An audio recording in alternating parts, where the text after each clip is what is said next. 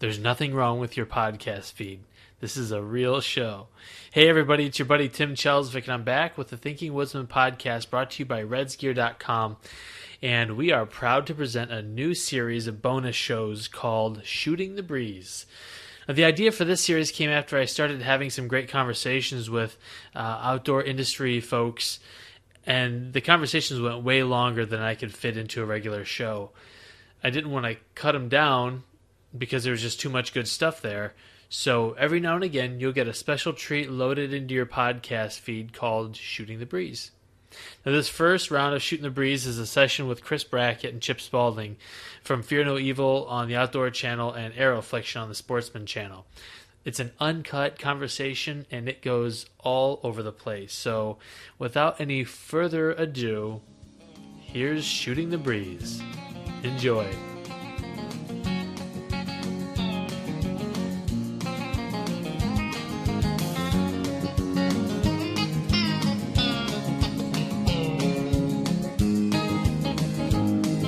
Hey gang, we're back with the Thinking Woodsman Podcast, and we're in the Animal House Studios with Chris Brackett and Chip Spaulding. Guys, welcome aboard. What's up? What's going on, man? We're hanging out here, man. This is awesome. We are deep in the bowels of Animal House Studios. Oh, he went deep with the bowels reference. Mm-hmm. I think it has to do with the smell in here, because you live in here. This couch, Doesn't the smell on like bowels in here, does it? He's the one who brought up bowels. I'm just going with what he said. But Imagine if someone ate a vanilla candle and then farted. Yeah. That's kind of what it smells like in here. yeah. But But this is also This where has the started- magic happens. this has absolutely started off crazy. And why? I don't even know what to say. But no one is surprised. I don't know what to do with my hands. So we're going to start it off clean, and we're in Chip's establishment where he does all of his working and creative thing, and let's set the scene here. It's got candles, the walls are white, and it's not a mess.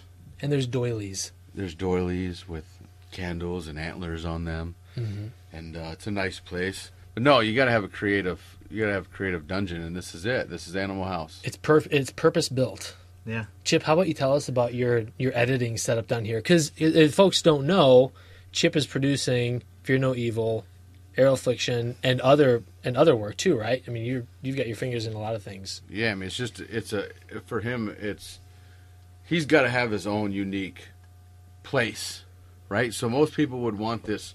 You know, we buy Castle Kill and we make it into this great thing for him to work. And I gotta like set up the scene here. So we buy this amazing Castle Kill, and it's this great building, and there's animals all over, and this creative wall of wood and cool stuff everywhere. And he gets in there and literally blanks and then just goes, there's too much everything. He's like, I got to be in a room. I've got to be in a room, like, to create and do crazy. Let my brain go, because if not, the room's doing what the room's doing, and it distracts and whatever. And I go, I don't care, as long as you make cool shows that, like, we come up with I executive produce them, and then go, okay, here's the little ball of what we need, and then you take it and make it great. And he's like, well, I can't make it great in this big room. So now you've moved into Animal House, the dungeon. I mean, if this place catches on fire, we're not getting out of here. But if a tornado hits, we're all going to live. You might not get out of here. I think I can fit through that window. I can't fit through that window. So no, go ahead. You can answer the question now. But I had to set the scene, right? Castle Kill. Yeah, Castle Kill was just kind of too nice. You know what I mean? It was like too open, too big, too nice, too many people coming in and out of there. I've got to have a creative atmosphere, whatever that may be. But it's creative work hours, like Yeah. you work, like you may work for 3 days and then I think you're dead. It's got to be like the right atmosphere. It's kind of like, like an old boxing gym. Way back in the day when I used to box, I remember we had this old, nasty, stinky. It looked like the gyms from the movie Rocky. Right. And then actually the coach, our boxing coach, he was on that house improvement show. What's that show? Extreme Home Makeovers. I just watched the Outdoor Channel. They chose our gym to, like, because it was some sad story, all poor kids, in this nasty gym. But they came and That's where the work got done. They came and they redid the gym. They rebuilt a brand new gym, and it was weird. I actually quit going there once we got into this super fancy, super nice, awesome gym, clean. I'm talking like state of the art, everything. It wasn't the same. It was like You gotta have. I couldn't learn there. Yeah, you gotta have the. I couldn't learn there. You have to have that. You know, I mean, country music, right? That's like country music, right? I mean, that's where you go with country music is that Willie Nelson's guitar. Yeah. It's got holes in it, but he plays it amazing, and it's, you Exactly. know, it's legendary. And I think that's where, like, Tootsie is down on, you know, where we went to the ATA show down there in Nashville on the main strip. Look at that place, and it's the favorite. It's the favorite for people to stop in. It's just like here. It's where all the creative stuff happens, and when you get too fancy, a lot of guys lose it. And, you know, and so it's like taking a scientist that was building nuclear physics stuff in his basement, and then you put him in a brand new state-of-the-art, you know, this is like your mom's laboratory, basement. And he just doesn't know what to do with it. Hey, Mom, I want some meatloaf. Basement. It does. It has Mom, meatloaf! This place has like an old 70s feel to it. So did you feel out of place when you went out to Las Vegas for the Golden Moose Awards? No. That's a pretty fancy, high-class space. No, I mean, like I said, I love the fancy high class spaces and stuff, but you know, to work in and to create in is different. Yeah. But no, Las Vegas, I Well, love like, it. I feel like I'm at home in Vegas. Yeah, I bet. Yeah, the first couple of times we had to kind of put a leash on you. Too much at home. Hey, is anybody watching Chip? And then like this last year, you took your girl and like you just had like a vacation, and I'm like, hey, by the way, we got a meeting at noon, and he's like, okay, I'll still try to be working. there. Yeah, well, we're gonna go do the zip lines, and you're like, okay, dude, just don't die. And we have the Golden Moose Awards to be there for. Yeah, so everybody that doesn't experience. know about Golden Moose Awards, I mean, you can tell them what it's all about. Yeah, so the Golden Moose is like, I guess, like the Emmys or the Oscars of the outdoor world, put on by the Outdoor Channel, and these guys have been nominated, I don't know how many times for shows over the years, but this year you brought home a moose or two, right? This year was unique because the Stan Kroenke Sports Group combined everybody that is the who's who in the outdoor realm as far as Outdoor Channel, Sportsman Channel. We were all up for the same awards, so that was very, very special. Stan because Kroenke is attached to the Rams, everything he does. Yep, I think it's Altitude Sports and all that. Yeah, so he came in and said, you know, we're gonna own this space of outdoor TV, and hired some amazing people from Jim Libator and Mitch Petrie and the guys even above, you know, them that work right straight for Stan. And they said, we're going to own this group. We're going to own this you know, this realm of outdoor television, and it is going to be the best, and we're going to take it to the masses, and they're going to see what you guys do because you're the hardest workers in the world. And not us. Us as hunters and outdoorsmen and all that. And so when they did that with the Golden Moose Awards this year, I mean, you can go back from when we did Affliction with, you know, Intermedia back in the day. And I think we're somewhere up in, you know, the 30s of nominations for either Sportsman Channel Awards or Golden Moose Awards. And then this year we were up for 7. Yeah. Right, or 6. 6 or like 7. I've 6 got them or in my 7. phone, actually. Well, we were up for 2 for Fear No Evil and 3 of them for Affliction. Yeah. And then I was lucky enough to be somebody's favorite. So we got fan favorite host, and truly honored there because, I mean, that just means that you're living for the fans and they get it. Right? Because we're the biggest consumers. I love outdoor television even more than, you know, Chip or anybody else. He just loves art of any sort. And me, I love outdoor television back from the days of, you know, Sunday mornings. And one of my favorite shows still is In Fisherman because, Al you know, Al Linder and his father and Doug Stange. Yep. I can watch Doug Stange catch a minnow and just literally be like, dude knows what he's talking about and doesn't insult me when he gives me the information and doesn't care if I catch it or not, but he's just giving me the legit, you know, terminology. There's a segment of us out there who our heroes growing up were outdoor media guys. I mean, I remember watching Jackie Bushman on TNN back when TNN was a thing. And getting, you know, that was Jackie, my weekend. by the way, Jackie's jealous of my hair. Every time he comes up, every time Jackie comes up, he plays with my hair. He's like, "How do you get it to do that?" And I'm like, "Well, stop wearing your turtleneck, and I'll go get some gel, and my sister will cut it." And he's awesome. That was on his show. Hey, go ahead and read to him. Here's the direct answer for sure for the Gold Moose Award. Yeah, this is what we were nominated for. We were nominated for this year, Best Bird, or 2015. Best Bird, Best Big Game, Best Comedy, Best Sound Design, Best Videography, and Best Fan Favorite Host. Yeah, that's and so those are legit. So when you look at this list of things, if you look at, they don't think of us as bird hunters, which means, I think, and this goes into, my mind of what the vision is as the kind of the leader of the crew, and that was something I started 14 years ago. Is you look at bird, you look at big game, you look at comedy, and the sound and the videography is what we've always strived for. I think content is king when it comes to videography, and now we got the cameras and we have the know-how and we have the crew to do it. Sound is all Chip. Chip is a sound Nazi. He loves it. It's his music background and rapping and just music. You're a rapper too? He's a super rapper, dude, like Eminem style. I did a rap in 5th grade, and just the way I said that, makes it clear that I'm a rapper. I did a rap about Abraham Lincoln. Right on. Ever heard of him? Right on. Ever heard of Abraham Lincoln? Yeah, he was one of our presidents. Maybe you guys can collaborate on some Abraham Lincoln, 5th grade. I'm kind of a solo artist, so... Oh, you don't like to work with others? Yeah. Oh. I'm sure, Chip, you're great, but... I've got a buddy in New Hampshire that's like a huge history connoisseur or whatever, but he's also a hip-hop recording artist, and he makes like a lot of songs about presidents and wars and the history of America and everything. And he when he went to school for it, he would like hand in his 5-minute long song on World War II like as his paper and get like A+. And I mean that's just that goes to all facets, mind, and that goes back to the biggest thing of like what I was saying back with 3 ADD people in front of microphones doing a podcast. We'll go back, 2.5. You're only half. But Brian is over there on the other side of the room, and he's got the other half, so it's 3 for sure. And but going back to birds and big game and such is you never know what you're going to expect, and that's one of our goals is doing the shows. Is that we want you to tune in not because you're going to see a big animal die, but you're going to know something's going to die. Something's going to happen in that show that's going to make you laugh, cry, or throw you off.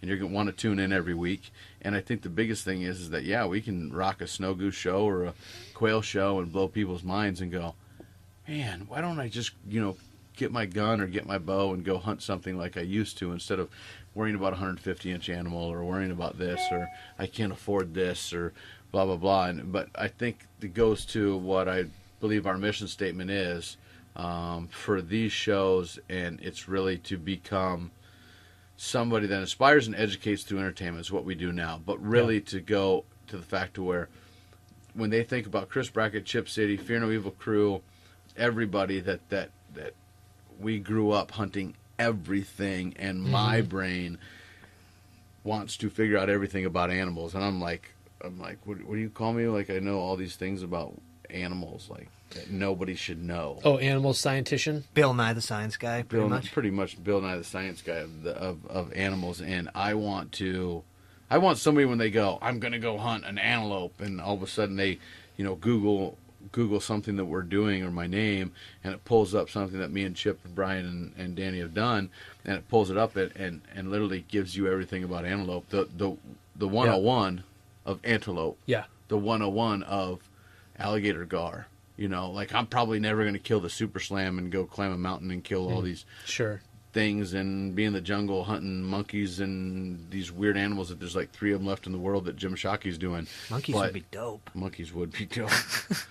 Where's the kill zone on a monkey? Yeah. We need to find monkeys that can like survive in winter and just release them out into our leases. You can't talk about that stuff. Next thing you know, everybody will be thinking that we're actually going to do it. I don't necessarily want to hunt one. I just want to be able to like see monkeys while I'm hunting deer. You want to befriend it. I would love it, but they would get in your pack and steal all your stuff. But what's going to happen is a bunch of monkeys are going to get out of a zoo and they're going to blame us because we said it on the podcast. So let's refrain from that. In an imaginary in an imaginary world, we wish that there was monkeys out there while we're deer hunting, but they'd be like yelling at the deer.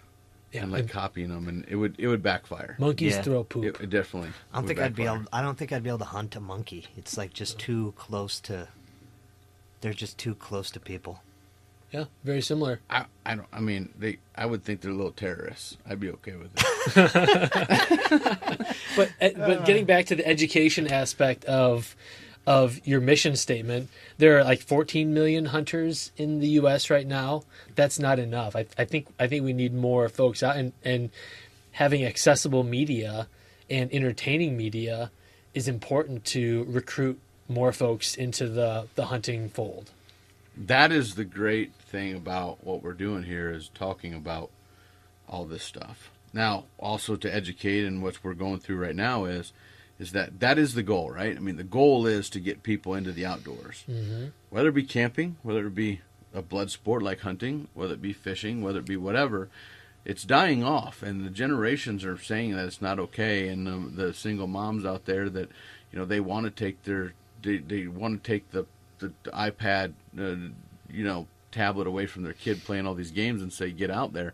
They have no avenues to go. That's what's great about Daryl and Select Archery. And mom can dang near just drop a kid off, and he'll teach him everything he needs to know about archery, and then says, this is what I want to do, and gets in with a tight group of people, and he's hunting and whatever. But a lot of places don't have that. Now, I've been looking for a soapbox, if you will, to talk about this. But I just had to waste 2 hours of my life taking a bow hunting course online to go hunt Alaska.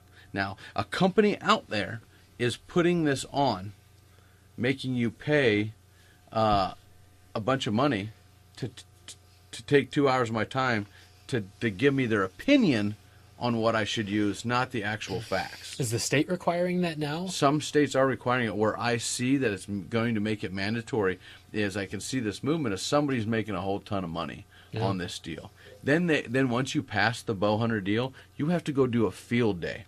They're going to take me, and I have to go do a field day where, check this out, Chip, I've got to hit a target at 20 yards in a paper plate and stack a bunch of arrows. You're going to fail. I'm going to go ahead and do it behind my head and shoot one arrow and go, am I good? But really, then they take you and make you blood trail a fake blood trail and do all this. Now, this is okay in my mind. Don't charge me for it.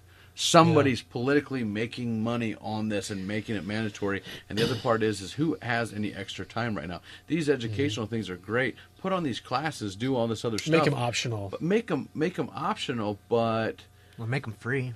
you just have to make them free. But somebody's making money on this online thing that I had to pay online to get a certificate that's not even a real certificate, that the state of Alaska and these other places are making me do this and jump through these hoops. And it was literally like, okay, if you're in the woods and you're in a survival situation, which of these things do you need to survive? Literally, it was like this.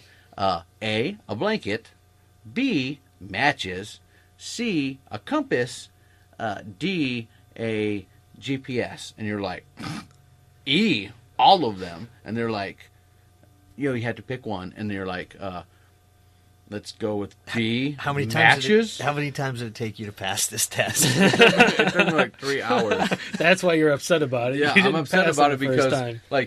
like I said, B matches, right? Because if I got fire, I can do pretty much everything. I can stay warm, I can do whatever, Fire this good. and that. Or you could burn down the woods and Yeah. hope somebody sees it. Yeah, you just light it on Find fire. you. But the crazy part is that they're like, no, it is a blanket. And you're like, what? I don't need a blanket. What? I don't need a blanket. What? You didn't tell me it was 30 below. It could have been 120. Right. So my point is that they're giving us opinions, not facts.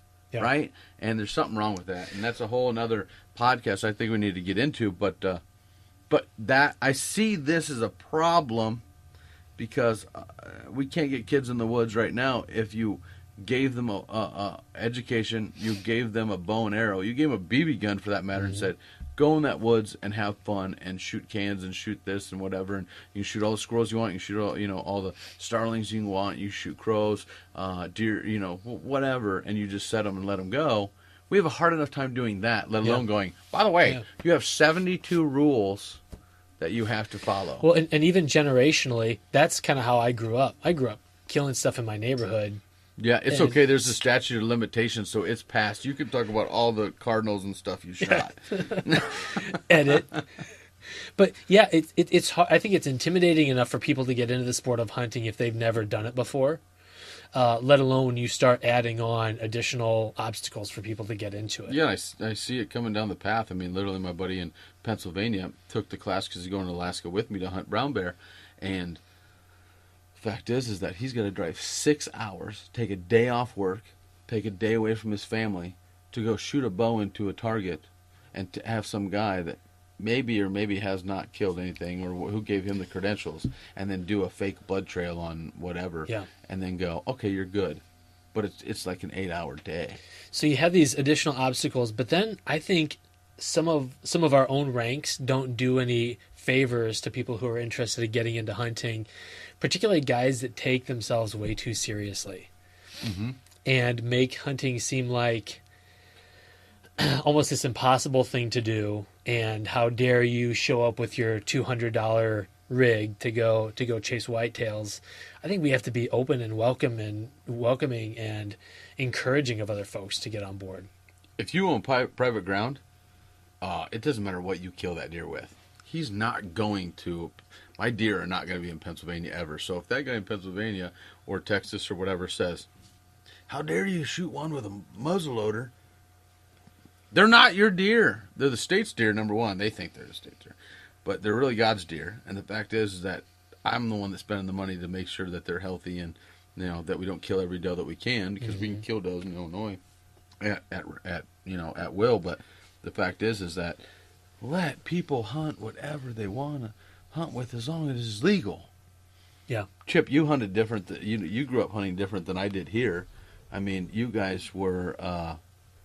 It was a lot more family oriented for you, from gun season to pheasant hunting to whatever. I mean, it wasn't about 150-inch deer for you in New York. I mean, that's not the norm, right? So right. For you guys, it was about, did you get a buck? Did you get a doe? Did you get deer? Did you get whatever? And you and your dad would go hunt and whatever. To where it was to me, as even as a little kid, I just dreamed of seeing a big buck, and I never killed one. And when I first started, it was about, can you kill a deer with a bow? And if somebody killed a Pope and Young deer with a bow back in Illinois, big deal. Back in the 80s or whatever, it was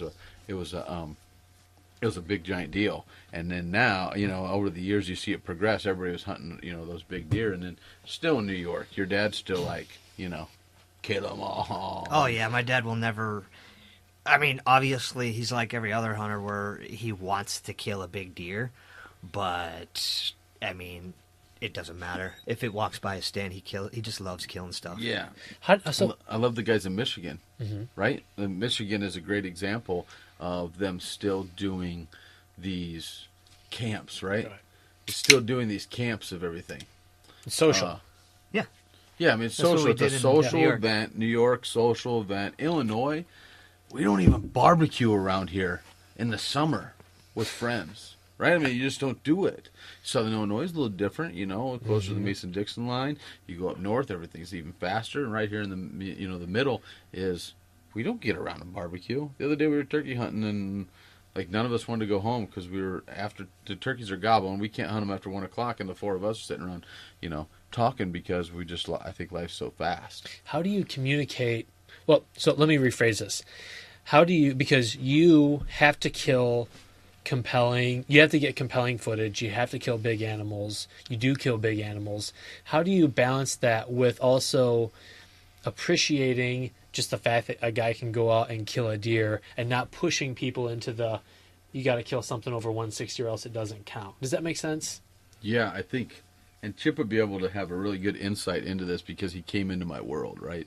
So when I first started, Sounds romantic. Yeah, it is kind of romantic. I mean, he lived in my closet. Oh, jeez. And neither one of us had a salary, and we literally lived in this little bitty house. I still live in a little bitty house. Yeah. But we got TV shows. Everybody thinks we're rich. You're rolling. But, and we can get into that. But if you look at kind of where I was, is that, man, I remember being 10, 11 years old, the single mom, raising me. But all I wanted to do was get close to animals. Like, animals didn't run around in my neighborhood because I had killed them all with my pellet gun. They just didn't. Cleaned them out. Yeah, it was desolate.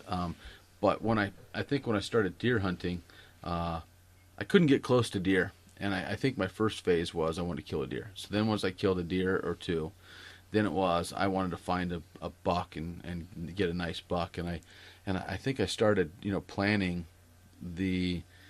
I would go walk, like turkey hunting. I would go walk it in the spring, and I would kind of learn, these are rubs. I didn't know about the glands on their forehead or why they did it or whatever. And I would just find the trees, and I go, okay, this looks thick, or this, that. I don't think I even played the wind then, and Right. knew my my footprints and whatever. This was before the internet too. Dude, this before you could find out anybody. And if you ask somebody at the can't local Google bow no shop, rub. you're like, hey man, how do you kill big buck? He'd be like, don't talk to me. And you're like, whoa, okay, fine. But so then I killed one with a gun. I killed an 8-pointer, 120-inch 8-pointer. I thought it was the biggest thing in the world, and I felt, that I had set out to set that stand, and I had passed deer, which I had never done before, walked by until he showed up, and I killed him. And then from there, it always went back to one thing. It went back to I always wanted to see deer do deer things because I was an animal lover. Yeah. And I think people miss that. I think you go through a phase to where you kill everything. Go back to the big stranger episode from this year or whatever, when, I'm joking around that you edited up to where I'm talking about if a big buck would walk up and let me get down out of my tree stand and go pet it and look at its horns and look at the scars from the, on the horns from the fence that he jumped over and got caught in and, got this time broke by another big buck. And I think if you were to able to, have some romantic, thing with this animal, this intimate thing with this animal and what he's been through in his life, I don't think you'd want to shoot him and kill him, except they are tasty. But the fact is that, I think you go through a phase where you kill everything because you want to know what it looks like. Yeah, you want to get your hands on it. You want to get your hands on it. You want to get like some type of intimacy, romantic, where this is a creature that runs. I mean, if you think about God's creation of what we do is, right now, within a mile of Chip's house right here, there are giant 200-pound animals running around in the woods. How weird is that? And some of them are deer. Yeah, some of them are deer. Yeah. And some people never really progress out of that stage. Of that. That's right. Yeah. And that's something that you have to realize and accept. I mean, the people that are hunting, there's a lot of people that are hunting big bucks just because they're brainwashed and they think that that's what you're supposed to do. Start and that's like the that. cool They thing, start, and they start like that or whatever. They start like that. I feel sorry But- for folks like that. Yeah, That start out I mean, like that. hunting big bucks starts off with exactly what Chris was just saying, where you're in junior high, you're in high master school, a creature, and yeah. you kill everything under the sun. You and your friends kill everything under the sun. And I'm saying go ahead and do that, but make it maybe smaller than what we did. And then and eventually hunt 'em, do 'em. you say in your mind, okay, I'm at a point where I can consistently kill a deer. Every time I go out, I I'm going can to fill see my a deer. tags. Yep. Every 3 times Yeah. I can kill a deer. So then- and there's some days where you can kill 10 deer in a sit. Yeah. And I think once you get past that, and I'm condoning it, like, go slaughter a bunch of stuff. It's the same thing as like a video But game only when do it you're a for a little year or kid. two. When you're a little kid and you put the game on the menu mode and you go to easy, and you beat the game on easy, and you go, okay, I can wake up in the morning and beat this game every day on easy. Let's put it on medium. And the trick is, I think we really do ourselves a disservice when we start crapping on hunters who are not at the same point that we are in that evolution of hunting. Yeah, and because it's actually not like a phase. Like all hunters should go through that phase and then upgrade and go to the next phase, Yeah. because a lot of people are happy for the rest of their lives playing that game on easy mode. So it's more of a preference than actual. It's not like a status that's stapled on graduating as a hunter. It's more of a preference on what you're in it for. Well, there's probably some utility to it too. I mean, Yeah. some people just don't have access to the ground that some of us are blessed to have. And I'm saying if it's legal, do it. Yep. Our art, I don't agree with a lot of the things a lot of DNR and a lot of states do. But at the end of the day, they have all the records. They do take the census. They do have how many are put in or out or whatever. And, you can accrue for the guys that didn't check theirs in or whatever. And so they do have the facts. So our bag limits, whether we like them or not, are the closest thing we have to them. So as long as it's legal, do it. we're a $2 state as long as everybody's following the rules. Shoot $2 each. If we went to a $1 state and everybody followed the rules, we'd have mega giant 4-year-old, 5-year-old, 6-year-old deer running everywhere, like in the heyday. For sure. But I think I want to make sure that it's heard before there's anybody freaking out that if it is legal, do it in any facet of anything we're talking about. If you're in that phase where you're shooting everything and your deal is to tell everyone at the local watering hole or the coffee shop that you killed 47 deer, if it's legal, awesome. Okay? I'm not going to bash you that. You're not going to get to hunt with me on my property. But if you want to shoot every deer on your property, especially in EHD type years, you're not going to have any deer in 3 years, you know. And conscience plays a role in that too. Your conscience has to be clear about what you're doing. Because I can think of some things that are legal that, for me, I probably will not do. Yeah. But that's kind of and I don't think I should pass judgment on someone, because if it's legal but against my conscience, but someone decides to do it, then they're free to do that. Absolutely. Oh, for sure. Yep. Which is a challenge of the internet age that we live in. When you post a picture online on Facebook and people just chew it up. Yeah, I mean that goes into a whole nother realm of. There's a lot. I would say 90% of the people that ever bashed me or threatened me or whatever, they would never say it to my face. You know, whether it be because they think I'm crazy or that I played hockey for 14 years and that, you know, I'm 6'1", 250 pounds of Here we go. Don't care redneck. You know, and Chip was a boxer. He fought. You know, Mickey taught him back in the day in the boxing ring. But the fact is that they don't ever say anything to me. Right. They don't say anything to you. Yeah. Well, nobody really says anything to me. I'm just a goofy guy that makes everybody smile. I'm not threatening. You could be intimidating if you tried. I suppose. I don't know, dude. You kill like 3 giant deer on this year's episode. You may get a lot of haters this year. That's okay. Haters. So talk about how you balance interacting with fans and the public of the show with dealing with some of the headaches that come along with those interactions. Well, can you elaborate? Because I mean that leaves a lot. I mean, if you're asking about our lives and how everything kind of works. Well, really, it's around how do you establish balance with making yourself accessible enough via social media or events or things like that, with also keeping some distance because we see how just difficult people, the general public, can be. We struggle with that one. Yeah. We struggle with that one because if you look at a top tier and, you know, the awards, the accolades, the accomplishments that we've done put us in that top tier. We don't care if we're in the bottom tier. We just are going to do what we do the best that we can. The good thing is that we are in that top tier.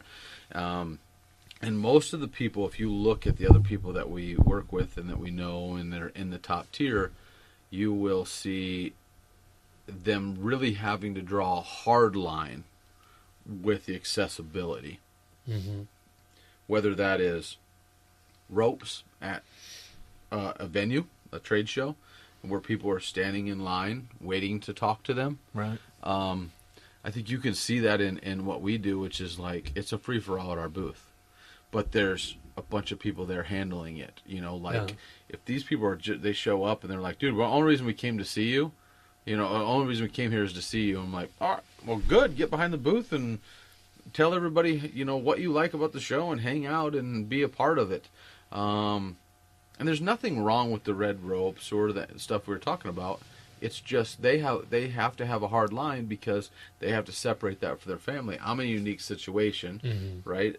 In my thing, and I think Chip is as well, in that I don't have any kids.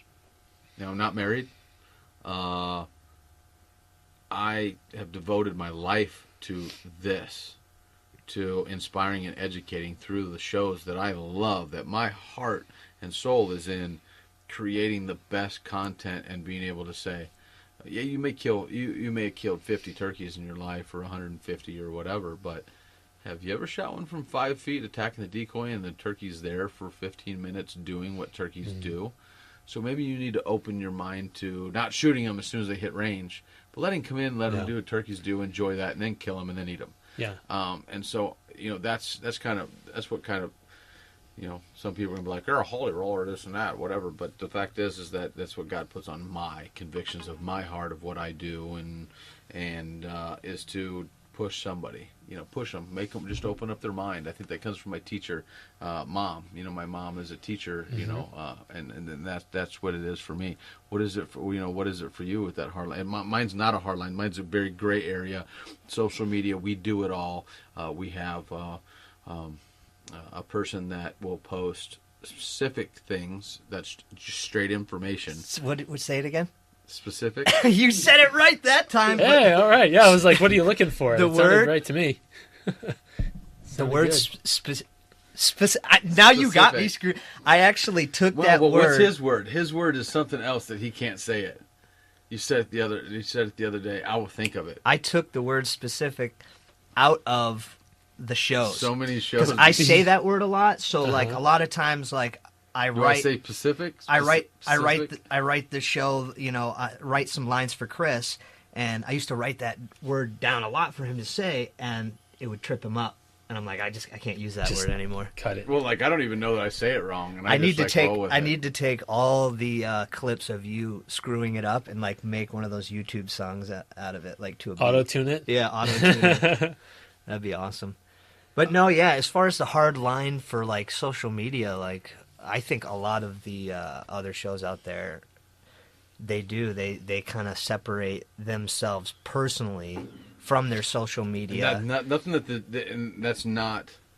You guys just being clear about it is that's not bad. Some people have to do that. We are strong in the fact that we have an army of followers that go, we're getting the best of them, we're getting the worst of them, we're getting the real deal of that, because there isn't a big line, Right. Yeah. I mean, you guys are in unique scenarios in terms of just where you are in your lives. Mm-hmm. I mean, I think so. I think that's what it is. I mean, I can feel myself, and when I talk about myself because I'll take the heat. I'll take the directional heat of the team. Mm-hmm. And everything, and everybody just goes off my direction, as whether it be executive producer or whether it be life, Big Brother stuff or whatever, and we're really kind of figuring out where we are, what we're doing, and how to do it better. But as everything is progressing, right, the industry's changing a little bit, and I hate that word industry, but I have to use it in this sense, is that the people that back us are looking at us differently than artists, right? An artist just does whatever he wants, and they're scared of how far he's going to take it, or how high he's going to take it, or what they're going to do. So there has to be a structure now. So for us to just be totally transparent is a career killer, right? Yeah. So the career killer part of that is that you're in close relationship, and when you do a contract with somebody you're working with, that they have to have that reassurance that we're not going to give up secrets, we're not going to act silly, we're not going to act crazy, that people in a normal situation in life go, those guys are out of their mind, and I can't believe you would sponsor them. And you're like, okay, well, if they saw our normal lives, that the fact is that it's like poetry, right? Everybody hates poetry, and they hate the truth. So the truth is just like poetry. So truth is what you're seeing. I'm still thinking about what you just said. I know. It went deep right there. I'm not sure it makes sense. It makes perfect sense. Do you like poetry? I used to, yeah. I used to write a lot of it. Okay. Brian, do you like poetry? No. Okay. Most people don't like poetry, and most people... Brian, do you like when a girl tells you the truth? Of course. No, you're supposed to say no. People don't like the truth, right? No, not generally. You don't like when your boss says it can the be hard. truth. Yeah. It's very hard to take. So is poetry, and you're just like, oh my gosh, poetry. So that the poetry and the truth are the same. Gotcha. Nobody likes it. Ipso facto. Right. Mm-hmm. Right. What did you just say? Ipso facto. You blew my mind right there. I don't even know what to do with my hands. It's Greek. It's Greek. I have many leather-bound books in my Okay, all right. Impromptu Anchorman quote contest. So, Chris, you got the first one in. I'm not even mad. I'm in a glass cage of denial. You are. That's a quote. I know. Okay. No, I thought you were in a glass case of emotion. Emotion. Yeah. So I guess I lose. Yeah, you lose. I got it wrong. Chip's in a Quentin Tarantino mode right now. Like, he's What's like, happening? I don't even know if I was doing that show since I watched Hateful Eight. You know. But, Well, is there anything coming up on the horizon that you want folks to know about, whether it's with any sponsors with the show or the shows in and of themselves next season? You know, I think the biggest thing is that I always said that if we could get the right air times, right? Because we always fought.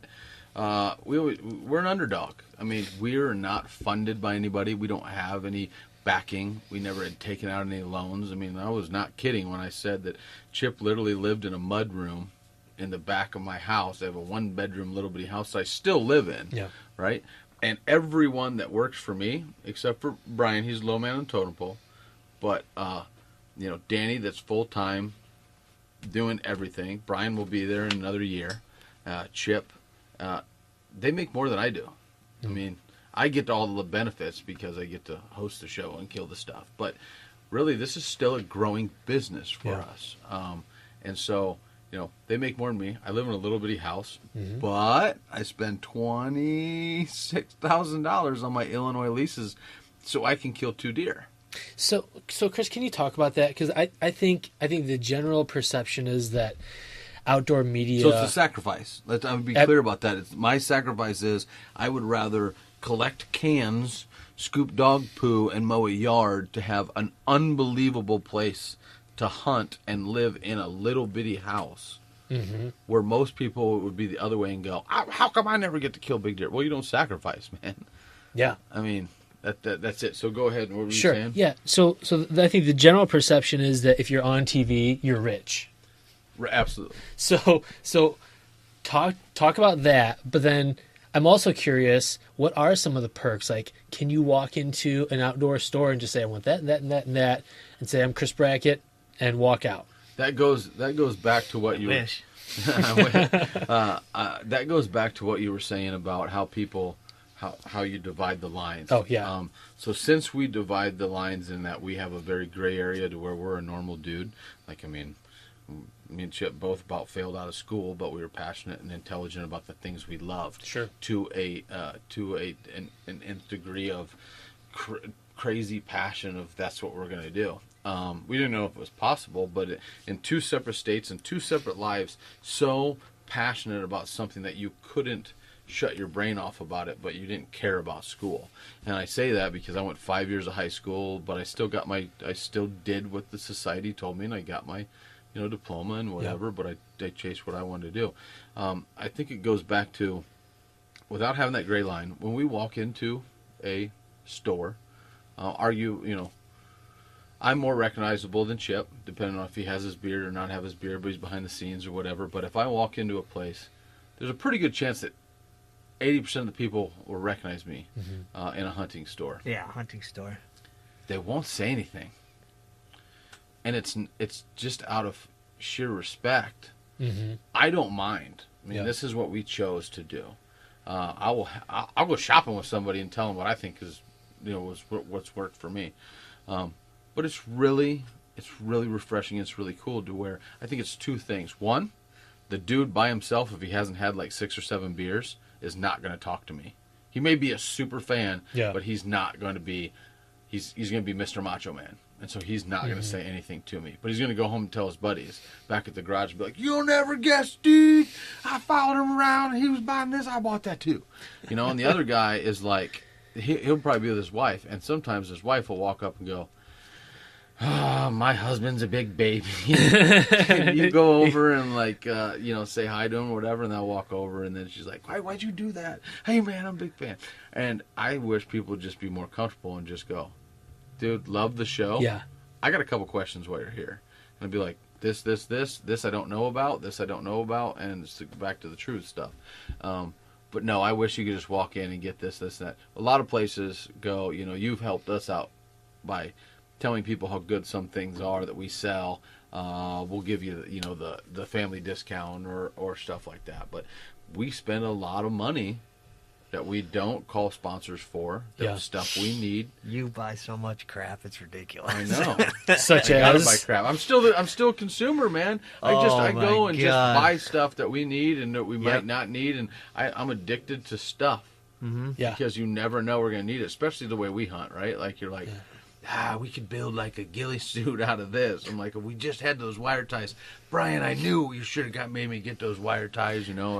You never know. You have boxes and boxes of free gear that show up at your door every day, but I still think that you buy more stuff than the free stuff. It's not free. I paid for it with blood and sweat and tears. You know what I mean.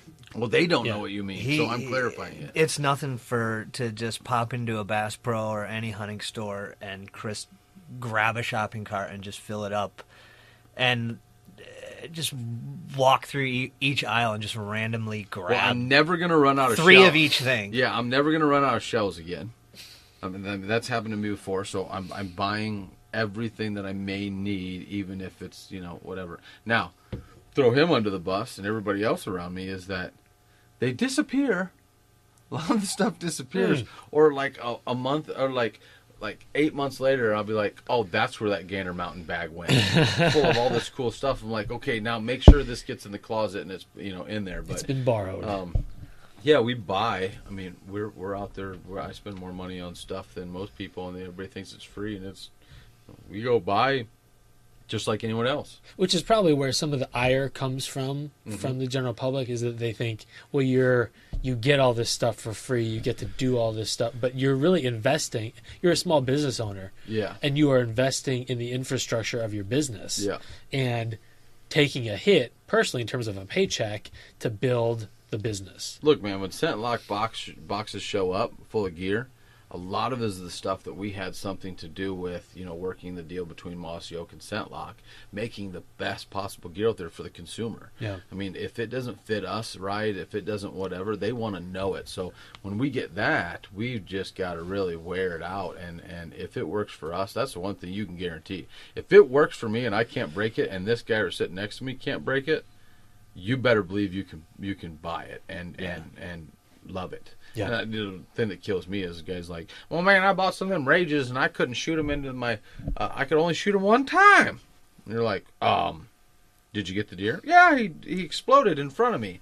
And, blood everywhere, and he didn't go anywhere, and I fed my family or whatever. But I want to use that broadhead. And again, you're like, dude, go collect some cans and buy another one. Right. And he'll be like, well, I spent $200 at the bar last week. I'm like, yeah, dude, you know how many broadheads that buys? So I mean, that's what it comes down to is priorities. Yep. Priorities, what you want. And, you were talking about the deer stuff, right? You were talking about the deer and what it was, to that. It goes back to the first conversation that we were talking about, is that I made a decision in my life that said, I want to be in and around deer every time I hunt and see them doing what they're doing. And I'll do anything it takes to get that. Being a person that was able to get close to deer and kill good deer, places that I got free or asked permission, you killing big deer, you don't stay on that property very long if there's other people hunting it. Yeah. Because they get jealous. It's competitive, I'm sure. And so when that started happening to me, I was like, okay, that's it. I'm going to collect cans, do whatever I can. I'm going to lease a place. I started leasing small places that was good for one big buck a year. And stay out of there. And then it got to a bigger place and a bigger place and a bigger place. And then now it's almost an obsession to where, right, you have to ask yourself, therapy-wise, as far as a brain of a 30-something-year-old man, that what is his release? My release is on a tractor, trying to create the coolest spot for a big deer to walk out to even get a trail cam picture of them. And I will spend blood, sweat, and tears and every dollar I have to make that the best that it can be, even if I never hunt it. I mean, there was food plots we put in that we didn't get east winds and we never hunted it, and it was perfect and it had deer all over it, but since we didn't get the winds, we didn't even hunt it. And I put thousands of dollars into clearing that area, buying a new 50-horse tractor. I didn't need a new tractor, but I bought one because it made my job easier. It didn't screw up my back. You start figuring out things with your body as you get older that you're like, all right, I'm going to make this investment and buy this nicer tractor with a nicer seat and more horsepower, right? So you can do more things to accomplish your goals. But it comes down back to priorities. Yeah, so you sacrifice the things that you feel are getting in the way of your dream. Because you have a baby, right? You have a little one? 4 years old, yeah. You can't do what I can do. It's really... That's the first thing right now is that you have to take care of that little one. You have to take care of your wife. And, like, if you and me are sitting there and a guy goes, hey, man, I got this property. There's like 200 inches on it, but and I'm only asking $5,000. You're like... Let me get back to you on that. Yeah, you're like, I got to check with the wife. And then you're like, my little girl wants to, little girl, eat. Right? Yep. Little girl. She wants to eat. She wants to go to Disneyland. I've got to save up. Me and the wife talked about it, this and that. And I'm like, yeah, bro, you want that in cash or, yeah, can I trade you this, can I trade you this bow and do some work for you or whatever? Yeah. Because I have time, I can put money away and have that there. And that's what it comes down to. And it's really simple. And it's not rocket science. It's not whatever, Yeah. And it's where you're at in life. I mean, Chip's younger than me. You just bought your first couch on credit. Yeah. Because you couldn't buy a house because you didn't have any credit. Yeah. Right? Because we've been poor or pretty much our lives building our deal. Oh, yeah. Not that we had super duper debt or hospital anything. Bills. Yeah. We just paid as we went, and the society doesn't even let you pay cash for anything anymore. It doesn't let you do, he couldn't buy a house because he didn't have any credit. Didn't have bad credit, didn't have any. Yeah. So then Big Brother is like, I need a couch, man. Can you get an advance on the bonus that we've got structured in the salary or whatever? I'm like, dude, you got to build credit. I'm like, go out and buy some furniture on credit, and you're going to pay for it anyways. And he's like, yeah. And so now he has credit. Couch is baller too. Couch is baller. I've slept on it. I've made it a point to sleep on it for like the last 3 nights. I haven't even slept in my bed. Because you just love it. Yeah, it's awesome. I just think that if folks really got an appreciation for the behind the scenes, what it takes to produce the shows and to live the lifestyle, they might back off a little bit on criticisms and just have a better understanding all the way around. Well, I like people to attack me, to be honest with you. My whole life I've loved people to go ahead and confront me, whatever. Like, it doesn't scare me. Chip's same way. I mean, he was a battle rapper. Who doesn't like that? Right? That's right. Like, that's what you loved. You love when somebody comes up. And so me, being the aggro male, A, type A personality, whatever. Okay, bring it, right? Like, so bring it with every truth or every piece of poetry you got, right? I got lots of poetry. Yeah. So you bring it, and then if you stick around long enough, if you got the cojones to stick around long enough and talk to me, like, you can be aggressive as you want. Bottom line is that if you stick around long enough, by the time you leave that conversation, you're going to go, I still may not like him, but he spoke only truth to me. When it was an opinion, he told me it was an opinion. And at the end of the day, the guy will respect me. Yeah. And that's all I ask. Because there's many layers of the onion as to all of us. So one, the characters on television. The real me is I'd rather put a hoodie on, grow a big beard, and never talk to anybody. But I am intrigued by people. I love talking when there's not an ulterior motive to, like, I think a lot of people, when they talk, they try to pigeonhole you or get you in a corner. Yeah. Well, first thing is, you don't want me in a corner. Let's just talk. Let's just be in open. Because you're 6 foot. What? 200 video. Was it 240 earlier? I don't know. No. I would go 260, but I think I'm like 250 right now after New Zealand. We need to weigh and measure your height. Let's de-line and make it official. Well, I hit my head on your ceiling, so it's definitely 6 foot. So last question, and I appreciate folks hanging through this interview, because it really, what I hope is that people feel like they're just hanging out with us, right? And in this conversation. But how do you navigate living in a world where probably a lot of people want to connect with you and want to pick your brain, but probably oftentimes have an angle or they want to leverage you for something? How do you kind of sniff out a person's motives? That's tough. I think that's just life experience. I think that's, for me, I can't talk for anybody else. 38 years, been screwed over, been from money to to ex-girlfriends to best friends coming and going, your childhood friends. I'm not friends with hardly any of my childhood friends, and the ones I am friends with aren't in my circle like they once were, because they were at one point, you're never home, you don't care about us. I'm like, dude, ask me for anything. Like, when was the last time you paid for something that we went out and did? Yeah. Because I don't have any kids, I don't have this and that. I make more money than you. When I say make more money than you, I don't have the bills you have. Yeah, less obligations. And so, less obligations. And so, hey, let me get that. But then they've all turned on me. Now, the funny part is that I think longevity with consistency of quality of life, just like in business, they all come back. Oh yeah, they all come back. They all come back, and they because of success, or no, I think because just you never did change. Yeah, you were always that person. It's just when you only had 6 things to do a week, you could hang out with them.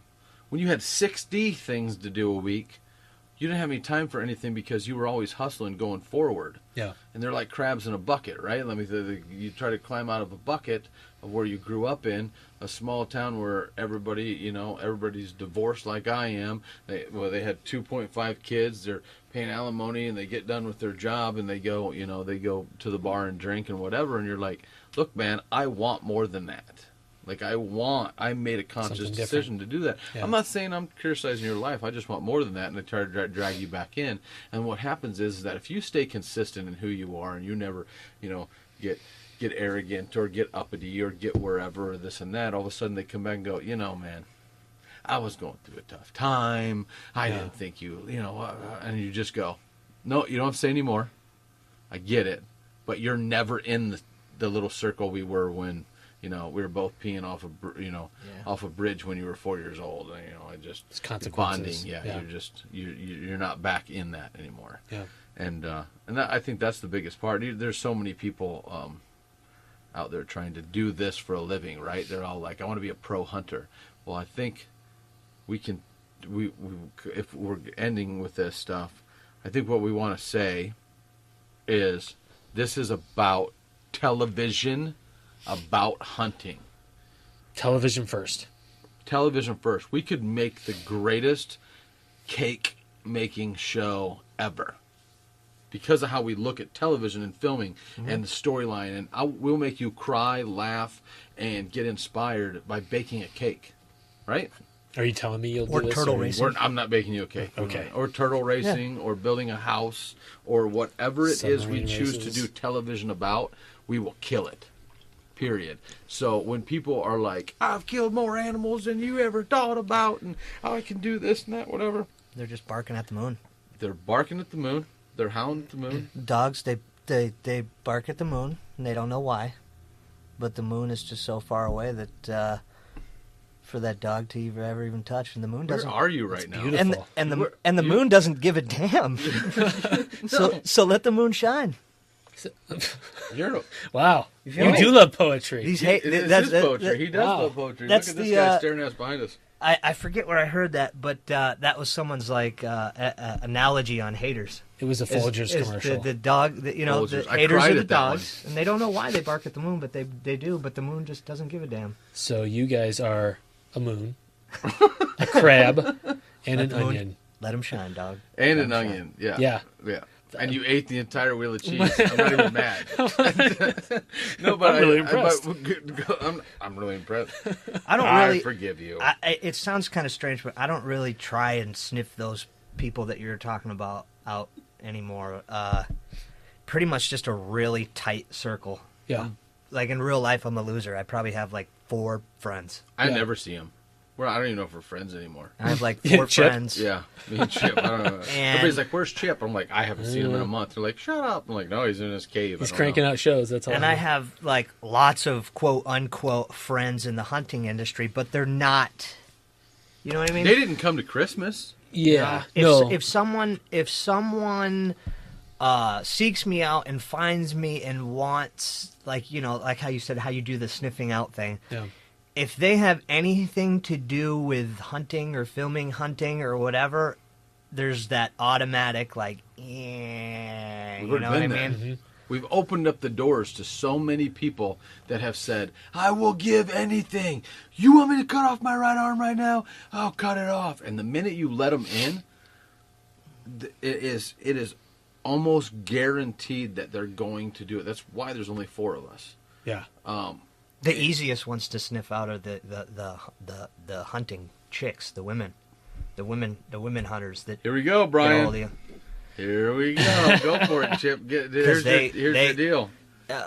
It's I don't know what it is, but well, obviously, which is a good thing that I love the fact that the women are hunting. That's the good the part. women Yep. are hunting, and that it's becoming a popular and cool thing to do for women to hunt. I think that's awesome, but it's just given birth to a whole social group media- of crazies that are just The social media Hunting poser groupies. hunting. They're not even groupies. They're just they're look. Instead of telling me how much you work to do all this stuff and whatever, and that's great as far as telling people about a bow or about a thing or about a whatever, just make sure you ask yourself. This is what I would say. Make sure you ask. Most of them probably, I don't know if they're Christian or not, but make sure you ask yourself, if you're going to post something on social media, would you say it in front of the congregation Sunday at church? Yeah. right. That's what I ask myself. Yep. So before I say something or do something, would I have any problem saying it in front of Sunday service, in front of everybody in the Lord's house? That's what I do for me. So a lot of that crap we see on social media is just like, you would never say that in front of your grandpa. Right. Yeah. Right? Yeah. Your grandpa would never like that picture of you with the bow hanging off your half-naked body, telling us that you're a bow hunter. They're so crazy. They're They crazy. scare me. Yeah. They And scare me. girls, All the Facebook hunter don't use chicks, the filters. They scare Just me. be natural. They scare me. Now, I mean, there's a lot of, and I don't even like to use the word poser. Tim, we have 'cause hijacked your I don't show. really think that I don't even It's a 5-minute show, so I got to edit all this stuff down. And, Yeah. into 5 minutes. No, this is That's going to be the hilarious. longest one ever because we have just hijacked it. Is that okay? It's fine. It's a long-form show. It's my show, and I don't have a format I have to That's stick why to. we get along, because you know what? It's your show. This is our deal, and if people want to not listen, they'll just shut it off. They can right do now. that. It's So America. go ahead. What were you saying? I just want to make sure Tim knew we hijacked his show. Yeah, I don't like to use the word poser because, I mean, a hunter's a hunter, but there are But some of them don't hunt. There's they like the hunting style of it. Yeah. There's a lot of women hunters out there that are great people. I mean, take, for instance, my sister just got into hunting. She doesn't want anything to do with the hunting industry. She doesn't even watch hunting television. It's in her blood. She's just discovered recently over the past 3 or 4 years that hunting is in her blood, and she is completely obsessed about it. Yeah. There's not a day that goes by where she's not texting me questions about turkeys and deer and what should I do or whatever. So there's a lot of women out there like that. But then there's a lot of women that are using the hunting thing as an angle to get attention. Stuff. To get Stuff attention. and attention. They're attention seekers, and these girls that are on Facebook that are the huntresses and whatnot, those ones, there is no like, oh, let me just see if this girl's a normal girl or she's like, I have just classified them all in my mind as crazy because until they prove different. unfortunately for me, like, there's been 100% success rate of them being crazy so far, the ones that I've met. And, like, I'm talking, like, Bates Motel crazy. Oh, geez. Wear your skin type Where, stuff? where, like, when you're at a show and all of a sudden you recognize this chick coming across the room From from Facebook with her hands out, Chip! I'm like, you know what I mean? You pull the hood up and you just run as fast as you can in the opposite I direction. mean, and so let's do what we always do, which is, yes, we broke the whole category down, and some people are like, I can't believe they just did that. So now we're going to go ahead and go into the education inspired part. Girls, if you're listening and you think you might be borderline doing these things, ask yourself the grandpa thing, which is, would my grandpa approve of it? Number 2 is that would you say it if you go to church, and if you are a Christian, would you say it on Sunday morning in front of everybody?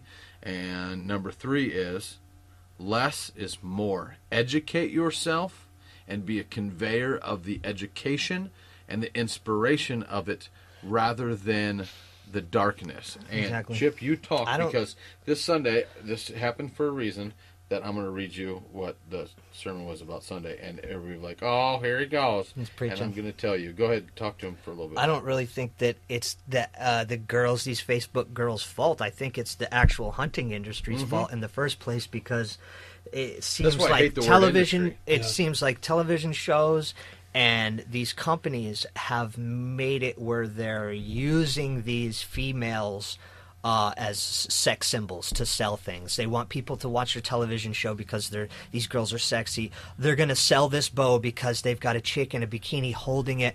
So this is just the image that they're feeding these young girls, that this is what they need to be like and this is what they want to be like. And it's created these crazy attention-starving Facebook chicks, and it's just kind of really not their fault. I hate the idea. I don't eat at Hardee's, Yeah. but I'm not turning off the Hardee's commercial. Yeah.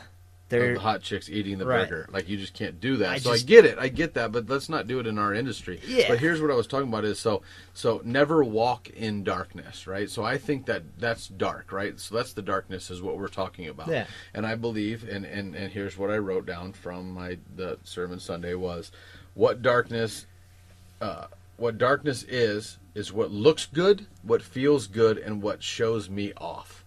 If they didn't do those things, then it's pure, right? Then it's light. But the darkness is what shows me off, what feels good, and what looks good. And I think if you are more into the education and the inspiration of the whole thing, you will go a lot further. I think the industry needs to be changed. And I think every one of them, male or female, has a responsibility to hold that up. Yep. Right. And it seems like we're at a really pivotal point in the industry that we could go that direction, or we could keep it family-oriented, family-friendly, wholesome, and keep it kind of a big tent approach, as opposed to...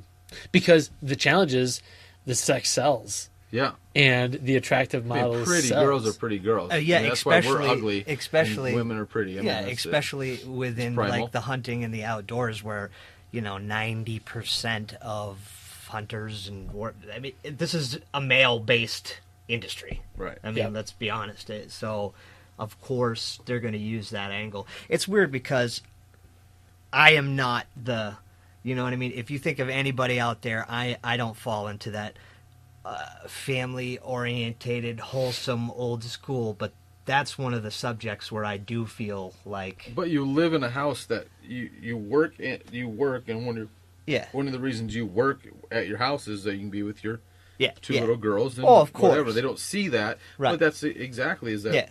you're not conveying that every day. Yeah, but I it's, just it's don't like truth. the way they, use these hunting girls like This is sex what I objects. want. So I think in a perfect world, what I would want to where this could fix itself is if I'm standing at a booth and you see those Facebook girls coming up and whatever, the social media, Twitter girls or whatever come up, and you're just like, oh, brother, right? I've seen her with all these other guys, all this stuff, taking a picture, creating this social media, whatever. I would want one of them to spit some knowledge and drop some knowledge on me that blew me away, that told me about a turkey's cloaca and the fact that turkeys, every time that they lay 15 eggs, plus eggs, and they incubate them after they lay them all, that they all hatch within 24 hours of each other, no matter if they're laid 15 days apart. That's some mind-blowing stuff. Also, they tell me that the temperature of the egg underneath the hen makes it possible for the entire clutch, I don't know if you know this, but the entire clutch to be either all hens or all jakes. So if the temperature of the weather and that the hen is sitting on them, some days, just like what happened in Texas last year, because it's overrun with jakes, so I just got back from there, that all of them will be jakes or all of them will be hens. If they were to drop some stuff like that on me, instead of talking to me about some bubbly stuff or whatever, I would go, she's legit. Yeah. And she's on the right track. And I would go, hey, Sally or whatever your name is, you need to meet my friend over here. He's the owner of this company. I think you'd be really good for that. They would get way further with knowledge and being a catalyst. Because at the end of the day, no male, especially in a male-dominated place, wants to be told by any woman what to do. Hunting's a release. So I don't want a woman telling me, look at Tiff. I've been friends with her for 10 years. At all times, she's just saying, this is what I learned from being out there. Yeah. This is what Lee has taught me, because my husband's awesome, but OCD is all get out and has so much deer knowledge it's not even funny. And the other fact is that I'm having fun with it no matter what. Yeah. And that's her MO. And then you have other people that come up and start, that on television or whatever, that are telling males what to do. Most of us Right. don't want to be told what to do by anyone. Mm-hmm. Yeah. That's just our nature. But I mean, if Doug Stange told me what to do to catch a smallmouth bass on a big lake reservoir, in fishermen, I'd listen to him. yeah, That's my point. he's got credibility. He's got credibility, Yeah. right? And so he could tell me what to do. Now, if he cussed my mother, I'd knock him out of the boat. But the fact is, if he's just telling me how to catch a smallmouth and he told me what to do, dunzo. Yep. I'm in. But I wish there was more women out there that go, okay, I may be more knowledgeable than any guy that I know, but I can't. But I need them to be. I want them. Need them. I think the industry needs them to be smarter than that. To say, I'm not going to tell them anything. I'm going to use words like, I learned from, Night and Hail, and from, Don Kitsky, and I read this, and I read this, and I heard this, and my It's favorite depth. show It said comes down this, to their depth. and be the catalyst to explain these things, but say, I learned that from somewhere. Yeah. Now I'm going to tell you the knowledge that I learned from somewhere, and you give the credibility backwards, to who that is, and all of a sudden you're like, you know what? I really remember that, I remember that chick, I remember She that referenced girl, a turkey I remember that woman, cloaca. I remember that mom, I remember that, whatever that is, and go, she referenced and spit some total knowledge on this. Yeah. Right. Yeah, I could see that. That would be taken a lot easier from some like newcomer. We got the signal. We to gotta wrap it up. Some newcomer like pretty chick that'd be softer on the ears. But I mean, if there's a girl that's got some credibility that's been in the game for That's a what while, needs to happen. they just need to drop knowledge. Yep, needs to happen. Yep. So the cool stuff about this year is that Fear No Evil is running 52 weeks on the Outdoor Channel on Tuesday nights. Congratulations. And thank you. And we are finally playing in the arena of some of the best air times that Outdoor Channel has to offer. And it's like Tuesday nights at like 8 o'clock, and it is on fire. And if Chip ever gets these shows done over there, you guys will see some amazing stuff, because me and Danny already did our job in the field. So him and Brian are on this. So he's got it. So if you guys want to message Chip on Facebook or whatever, you just tell him to keep his nose to the grindstone and concentrate, and because I tell him we want to see A's, not A pluses, because we want to see all the shows all year. Right. Yeah. on. Yeah. Right. Right. Chip Spaulding on Facebook. Chip Spaulding on Facebook, Chip City on Twitter. and so that's the big thing. We are right now waiting to hear from the boys at the Cronky Sports Group, or the Sportsman's Outdoor Channel, all the people in charge, to find out what Arrow Affliction's big deal is. Interesting. We're trying. It's on Sportsman's Channel. Arrow Affliction's on Yep. Sportsman's Channel right now. We're waiting to hear if we're going to do it bigger and better, like Arrow Affliction 2.0, and take it huge, and Okay. and get the funding behind it, because it's really hard to get sponsored for both. Yeah. You're shows. splitting your sponsor base. And so it's it's a big deal. So Well, maybe you can go hunt some monkeys. yeah, monkeys. So the big deal is that Tim is the man. The this podcast is awesome, and I think that Tim should do a second podcast, so he could actually run me and Chip's Live in the Tree podcast that me and Chip have wanted to do forever, and then Tim could be in charge of that. So I'm putting that ball in your court and that pressure on you. And So everybody reach out to Tim, because Tim's got all the fancy gear here, and he Yep. could roll in here and spend like 4 days with us and shoot podcasts. Fear No Evil, Arrow Affliction, Live in the Tree with F&E, Chip City, Chris Brackett, Brian Plows, Danny Borland, adventure stories, calls, animal knowledge, opinions about everything under the sun. Turkey cloacas. Turtle racing. Turtle racing Yeah. and cloacas from turkeys. Yeah. That's on you. Okay. You got a big gig. Are we able to talk about your big gig that you're doing with some of our friends here? Yeah. Well, and I was able to reference this in the April show because they're great friends of mine. I look up to them and absolutely, yeah. Matt Drury. If folks have not heard the April show, Matt Drury and I were talking about the work that I'm doing with those guys. And so the juries, you've been working with the juries. They're our good friends, and if Mark told me where to sit at a Cardinal game and spit some serious deer scientist knowledge on me, I would let him tell me. Yeah. The dude knows his deal. Deer and turkeys. I inspire. Those two guys are the reason why I even bow hunt or film hunts. Mark and Terry? Yep.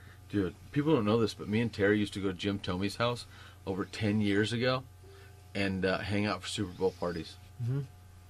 Before I was even cool. Well, the other thing we need to schedule is the Winter Classic next year, Blues Blackhawks. Yep, at Busch Stadium in St. Louis. So we got to make that happen. Last time I went to St. Louis, somebody stole a gun out of my car. We've got a problem. Yeah, we do. We do. And it was parked in front of like one of the ritzy hotels that the NRA people or whatever, or Bushnell or whoever I was working with put me up in.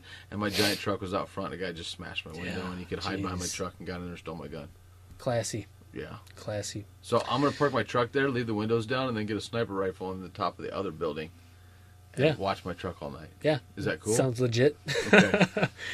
Chris Brackett, Chip Spaulding, hanging out in the Animal House studio. Guys, thanks for the conversation. This is awesome. We'll definitely do it again. There's so much more I'd love to chat with you about, but you gave us the signal, and now we have to stop. Yeah. I mean... Oh, sad face. We'll do it again. You want to end on a high note. You want to end like you want to come back. You don't want to get tired of it. Trust me. If people are tired of us, then they have other issues. That's their own fault. Yeah. Gang, thanks a lot. You want to push any social media? Yeah, everything. Fear No Evil.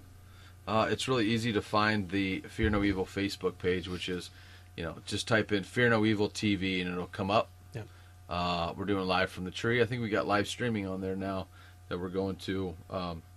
But it's legit. I mean, it's a real deal in the field as we're planting, killing, traveling, the new stuff that's going on. And we couldn't do everything that we do without our sponsors, our family. And that's, Mossy Oak and Rage, Scentlock, our new partners, along with the old ones, which is like Luminoc. I was the first person to ever shoot an animal with a Luminoc, which we should talk about sometime. Okay. And, we've got some new ones like Big Tine and Grizzly Coolers. And yeah, they sent a bunch of stuff. Yeah. It's going to be a great year. Awesome. Yeah. Guys, thanks so much for sitting in. I appreciate it. Right on. I appreciate it, man. I had fun. Booyah, Tim. You're the man. All right. You're listening to the Thinking Woodsman Podcast. With Macho Man Randy Savage. Okay, well, that's a wrap on our first ever Shooting the Breeze episode. And didn't I tell you it was going to go all over the place? And it did. Hey, if you want to follow any of Chris's social media or catch his shows on the Sportsman Channel or Outdoor Channel, just check out the show notes. I've included the links to his shows and social media in there. Also, thanks to the folks at redsgear.com and selectarchery.com. If you want to show your appreciation for this show, please follow them on all their social media accounts. And if you ever need anything for the outdoors, give them a shot at your business. All right, well, until next month, this is your buddy Tim Shelswick for the Thinking Woodsman Podcast saying, I'm thinking it's time you got outdoors.